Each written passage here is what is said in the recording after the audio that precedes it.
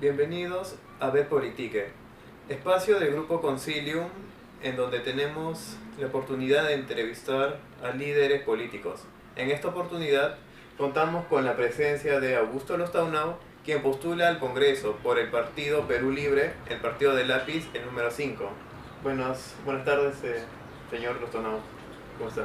Buenas tardes, y a través tuyo saludar a la teleaudiencia y felicitar a los jóvenes integrantes del Grupo Concilium por embarcarse en esta tarea de informar a la sociedad sobre las propuestas políticas, que espero no solamente sea para estas elecciones complementarias, sino a partir de hoy, a futuro, a todos los procesos electorales que se llamen en nuestro país. Y señor Lostaunau, ¿por qué usted decidió postular al Congreso? Bueno, no fue una decisión sencilla, no fue una decisión fácil.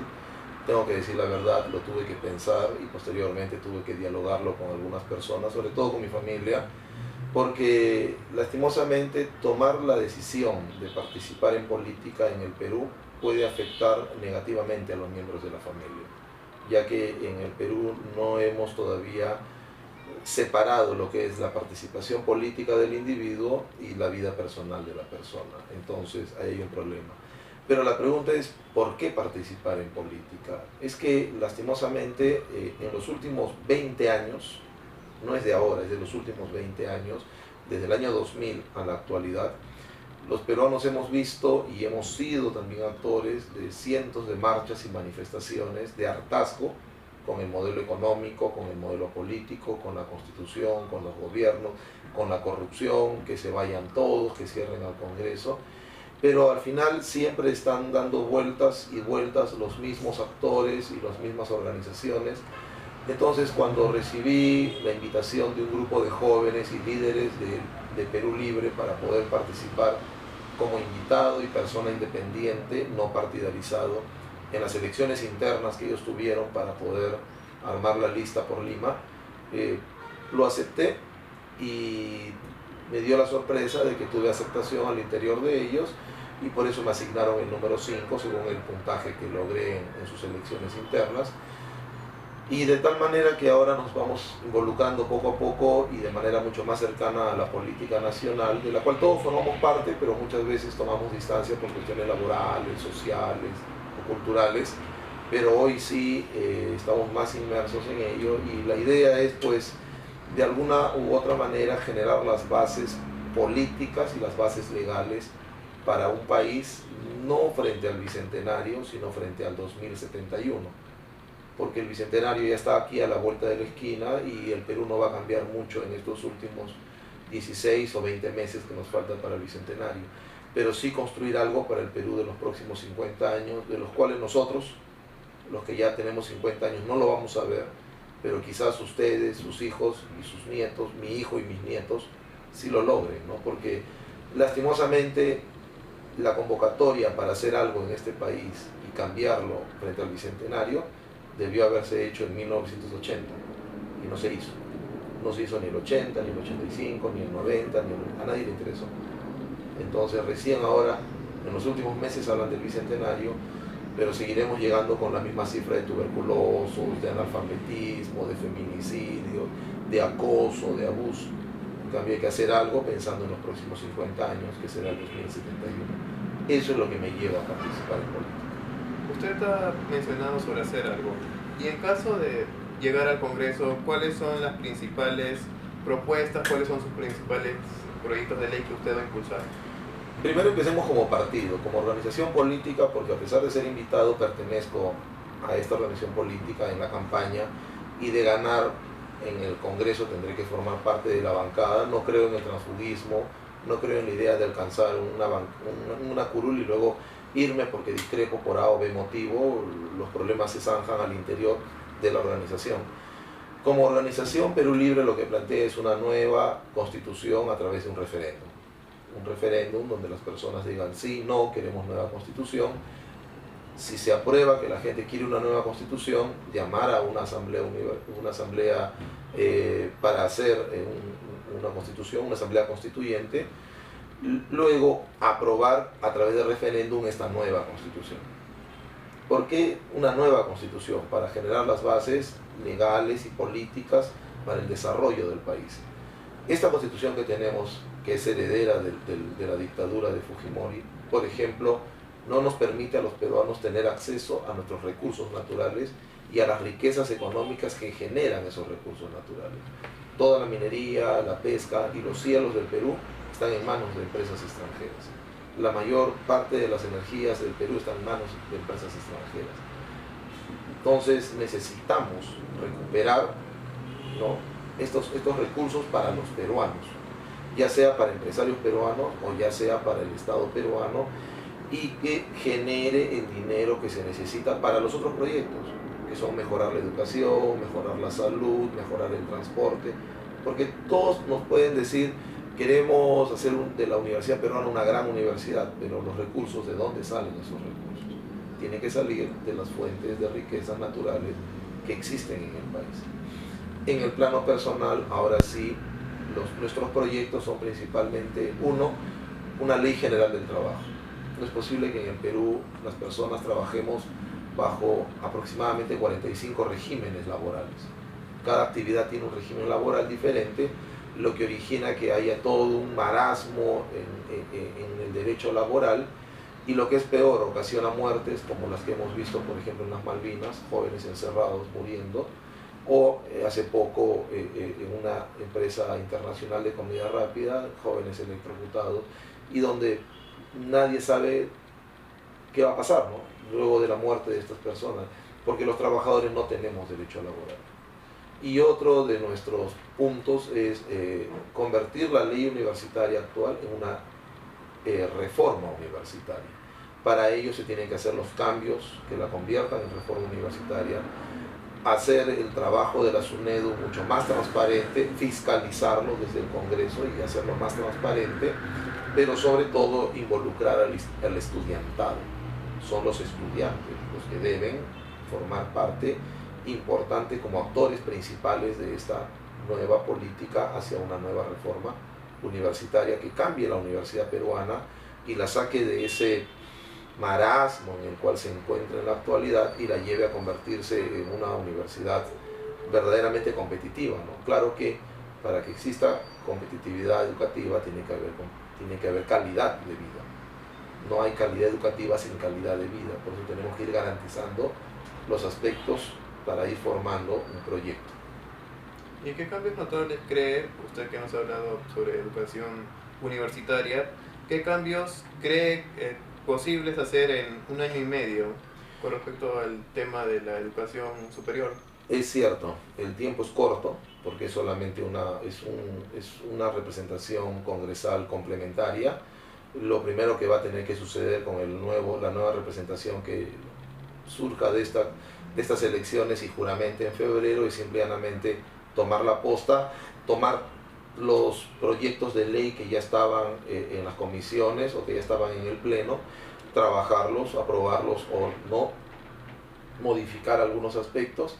Entonces yo creo que la nueva representación congresal desde febrero hasta junio va a tener que ordenar la casa, y después de julio para adelante va a tener exactamente un año para trabajar. ¿Se puede trabajar en un año? Sí, se puede trabajar en un año sobre lo que ya está hecho. No estamos hablando de traernos abajo la ley universitaria, no. Uno de los que más combatió el proyecto de ley del general Mora fue quien habla. En San Marcos tuvimos debates muy duros, quien habla estaba en contra del proyecto de ley. Debido a las marchas, idas y contramarchas, el proyecto de Mora terminó siendo muy distinto a lo que es actualmente la ley. Hay vacíos que hay que complementar: participación estudiantil, como le dije hace un momento, mayores derechos para las personas. Por ejemplo, como les dije hace un momento, no hay calidad educativa sin calidad de vida.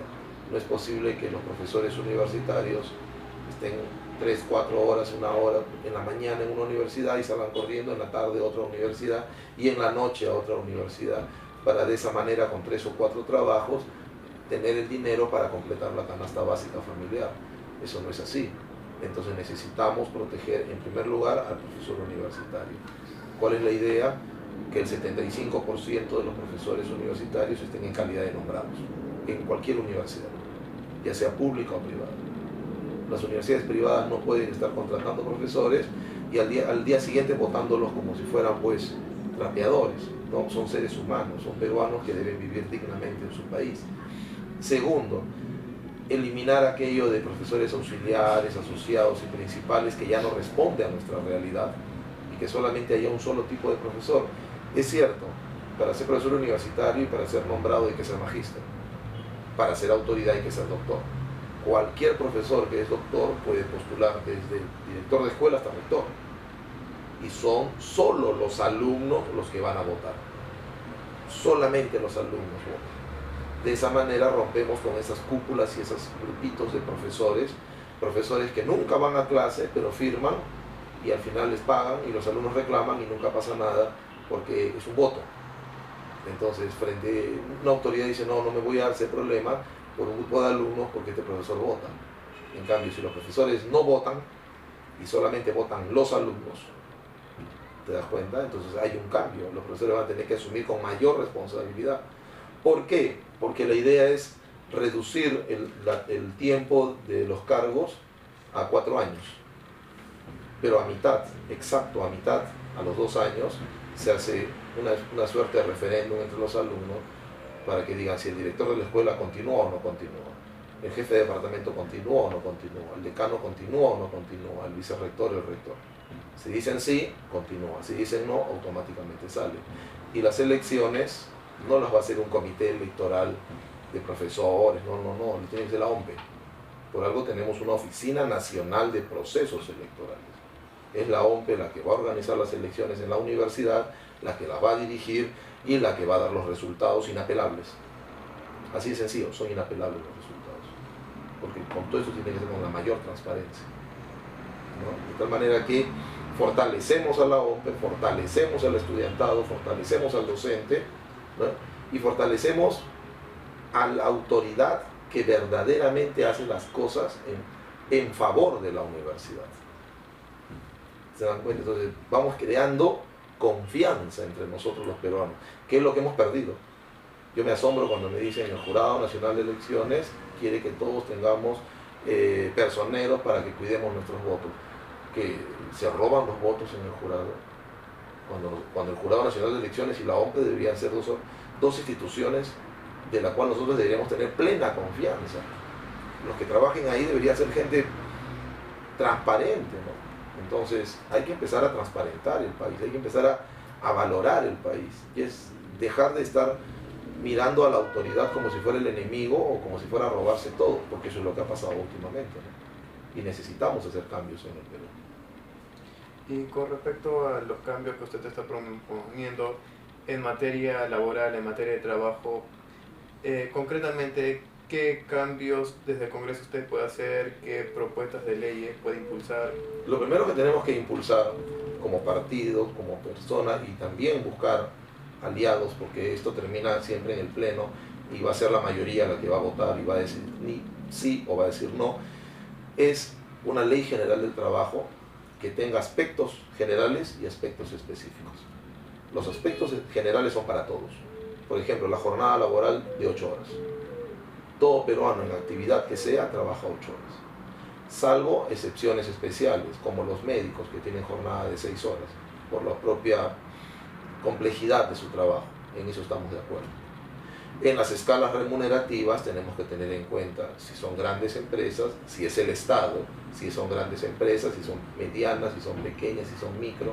Entonces tenemos que tener esas características.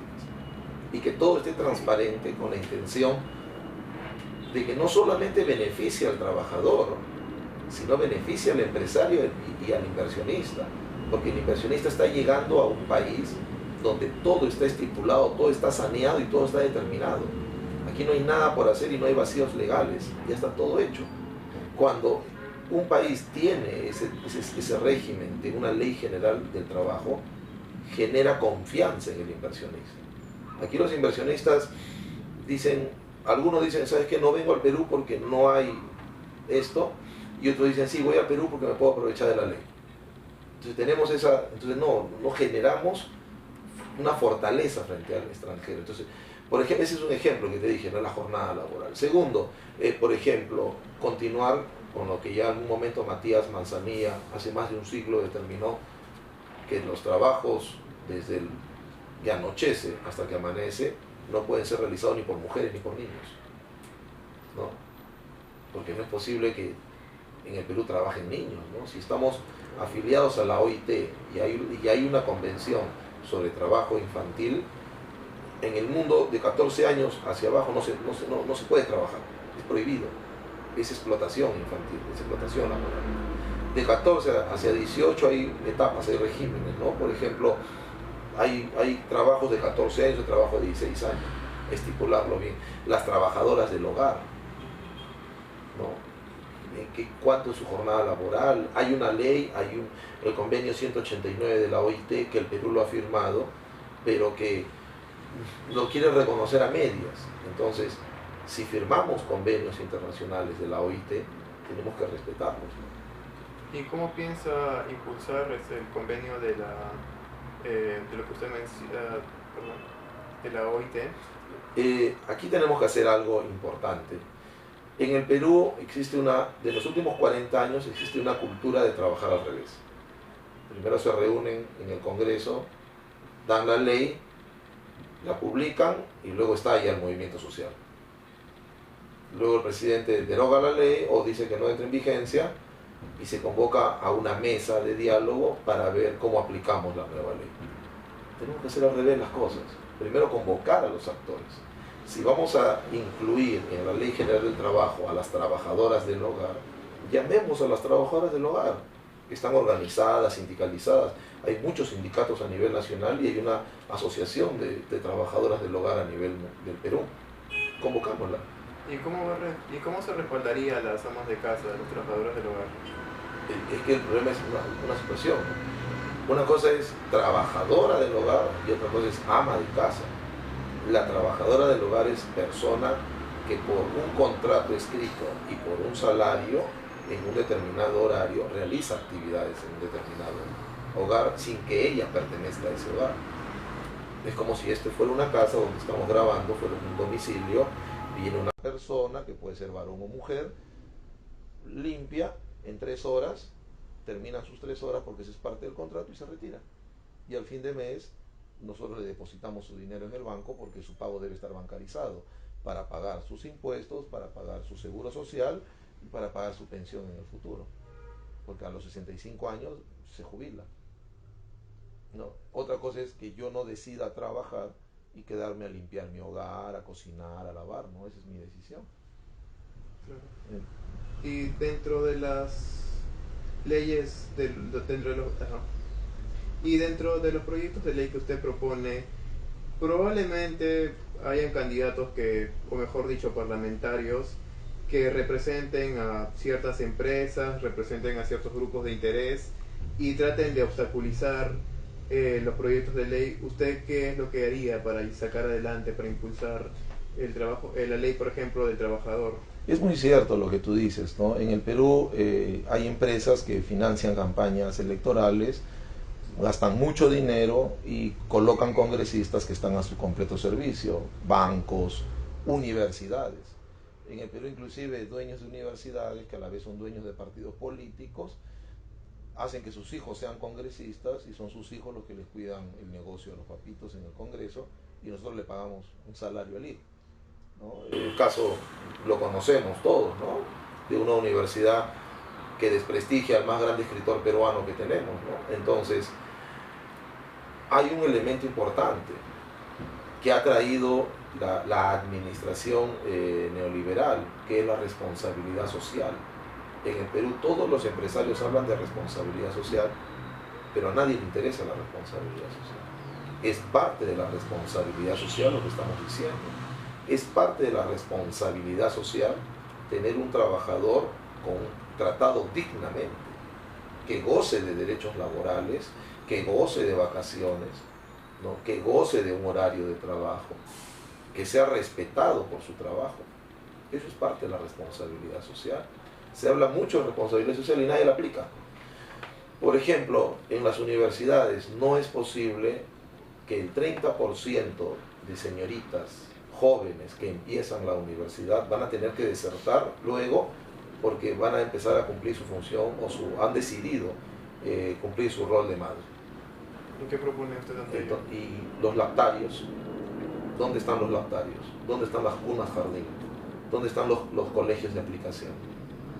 ¿No? O sea, toda universidad, desde San Marcos, Católica, hasta la última universidad en sus pabellones, debe tener lactarios, zonas, auditorios especiales, no depósitos, no especiales, bien acondicionados, donde las alumnas, las profesoras, las trabajadoras puedan cambiar a sus hijos, darle de lactar a sus hijos. Cunas jardín, donde personas responsables, capacitadas, ¿no?, y vigiladas cuiden a los niños durante el momento en que sus madres están o dando exámenes, o trabajando, o siendo secretarias, o enseñando, ¿no? Entonces, es parte también de la responsabilidad social. Y por esa responsabilidad no pueden cobrar por ese servicio. No es parte del servicio que debe brindar la universidad. No estamos de acuerdo como aquellos que dijeron las bolsas contaminan, por eso no se regalan, pero ahora se venden. Aquí no es así, pues aquí no podemos sacarle provecho de eso.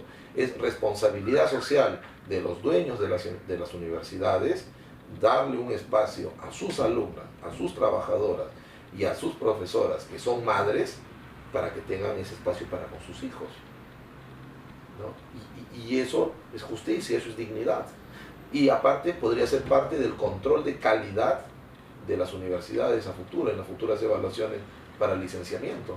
Si tu universidad no tiene esto, no se licencia. Y bueno, algo ya muy aparte de ello. Con respecto a su campaña, ¿cómo usted está financiando esta? ¿Cómo financio mi campaña? Bueno, espero que no se rían de cómo financio mi campaña. Casi el 50% con recursos propios de mis salarios, de mis ahorros. Y la otra parte, bueno, he recibido donaciones en material, nada de dinero, unos calendarios grandes y pequeños por parte de mis padres y de mis hermanas, unos volantes por parte de mi hijo, que ya es mayor, y de mis sobrinos, unos familiares, mis primas, han hecho solamente 5 banners, en todo Lima hay 5 banners con mi nombre en lugares específicos, ninguno en la vía pública, ninguno en el medio de una cerca, destruyendo los jardines, contaminando el medio ambiente de manera visual, nada. Lo he puesto en lugares específicos porque me opongo a ser parte del problema. Si nosotros creemos y hemos denunciado a los partidos que regalan tupper por votos, nosotros no podemos regalar ni siquiera una cajetilla de fósforos. Si nosotros hemos denunciado a los partidos que cortan árboles para poner sus banners, nosotros no podemos hacer eso. Entonces, ¿qué nos diferenciaría de ellos? Para poder seguir denunciándolos, nosotros tenemos que guardar nuestras distancias.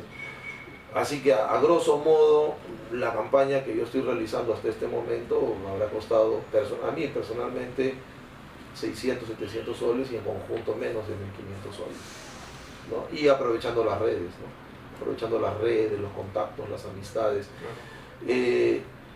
Muchos dicen, primera vez que participas en política. No, yo participé en política desde los 16 años, solo que nunca fui candidato, siempre estuve. Y durante el tiempo que me alejé de la militancia partidaria, no de la militancia política ideológica, sino de la partidaria, me fui totalmente a los partidos. Como les digo a muchos, he hecho campaña 30 años, ¿no? Conferencias por aquí, yendo por aquí, amistades, ¿no? Y de tal manera que ahora me resulta interesante que de todos lados de Lima me escriban o me llamen. Usted hace 10 años vino a Comas a dar una conferencia, lo apoyamos, venga. He ido. Desde Caraballo, recuerdo que lo escuchamos en una conferencia que dio gratis, venga profesor, he ido, ¿no? Como soy docente universitario, tengo la suerte de poder estar presente en pequeños grupos a nivel de toda la ciudad. ¿Y cómo empezó su vida política? Como un joven que se acercó a las ideas de la izquierda peruana de los años 80 a partir de las clases en el colegio, y luego empecé a militar en un partido político ya como joven universitario, hasta aproximadamente 1990, año en el cual, lo voy a decir abiertamente, no estaba de acuerdo que mi partido firmara un comunicado a nivel nacional pidiendo que voten en la segunda vuelta por Alberto Fujimori, y no por Mario Vargas Llosa. Yo en aquel momento era un joven de 22 años que proponía el voto viciado. Ni Vargas Llosa ni Fujimori, ambos son de la derecha, y fue prácticamente un pequeño grupo de jóvenes que nos retiramos de la organización y luego pues ya nos fuimos alejando y entra en crisis la izquierda peruana, desaparece Izquierda Unida, y en los 90 la represión de Fujimori fue tan dura para todas aquellas personas que pensábamos distinto, que lastimosamente pues tuvimos que replegarnos un poco, ¿no? O sea, es la historia de casi una generación, pero que nos mantuvimos en nuestras posiciones. Otros vieron la posibilidad pues de ganar becas y publicaciones y ganar dinero y se fueron pasando al otro lado, ¿no? Luego, el año 2000, muchos se escandalizaron cuando Pablo Macera, que acaba de fallecer, decidió participar en elecciones por Perú 2000, o sea, por el fujimorismo de esa época, y lo llamaron inclusive hasta traidor cuando ellos 10 años antes ya habían traicionado, ¿no? Entonces, la historia de la política en el Perú de los últimos años aún está por escribirse, y muchos de sus actores están vivos y no les va a agradar ese texto. Usted menciona que la historia política del Perú aún está por escribirse y queremos saber entonces por qué el 26 de enero se debe votar por el lápiz y por qué tenemos que escribir el número 5. En primer lugar, este 26 de enero todos los peruanos tenemos que hacer un alto en nuestras labores y tenemos que ir a sufragar. Votemos. No voten en blanco, no voten viciado, no dejen de votar, voten. Marquen por un partido político que no esté vinculado a la corrupción de los últimos 40 años. Los últimos 40 años hemos tenido tantos desaciertos en este país que hemos elegido tantos partidos que ahora todos están o con escándalos de corrupción o presos. Inclusive hasta para ir a la prisión se suicidan, ¿no? Entonces, no voten por ellos, voten por un partido que ustedes crean que es limpio y por una persona que ustedes creen que es limpia. Aquellos que confían en nosotros, voten por el lápiz de Perú Libre, y si confían en mi persona, en Lima, escriban el número 5, de Augusto Lostauno Moscol. ¿Por qué? Porque tenemos todo el deseo de generar las bases, no para solucionar los problemas de ahora, sino para generar las bases para un Perú dentro de 50 años. No hemos tenido un proyecto de país nunca, y es necesario que lo tengamos, porque como siempre digo, los peruanos tenemos el derecho de vivir dignamente en nuestro país y no tener que irnos al extranjero a encontrar esa dignidad y esa felicidad. En este país todos tenemos un familiar que se ha ido del Perú por falta de oportunidades o porque no encontró lo que aquí buscaba. Es necesario que los peruanos seamos felices en nuestro país, y el día que nos vayamos al extranjero sea para vacacionar y no para otras cosas, ¿no? Es decir, y el día que los extranjeros vengan al Perú, vengan para prepararse ellos para regresar a su país y ser mejores. Ese es mi deseo, no ser dominados, sino pasar en algún momento a ser dominantes. Pero eso es un proceso largo, no es un proceso de 2 años, 3 años, es un proceso de 50 años, pero en algún momento se tienen que dar esas bases. Y yo creo que este es el momento, porque hay un hartazgo. Las personas salieron a las calles por miles a decir que se vayan todos y que cierren el Congreso. Y esos que se deberían ir, ya deberían irse. Pero el Congreso tiene que reabrirse. Y la promesa final es que tenemos que formar un nuevo Congreso, porque esto es una representación congresal. Un nuevo Congreso será con un nuevo estatuto y un nuevo reglamento, con nuevas bases para un nuevo país. ¿Y algunas palabras finales que quiera transmitir a nuestro público, a la gente que nos está viendo en el espacio Belpolitik del Grupo Concilium?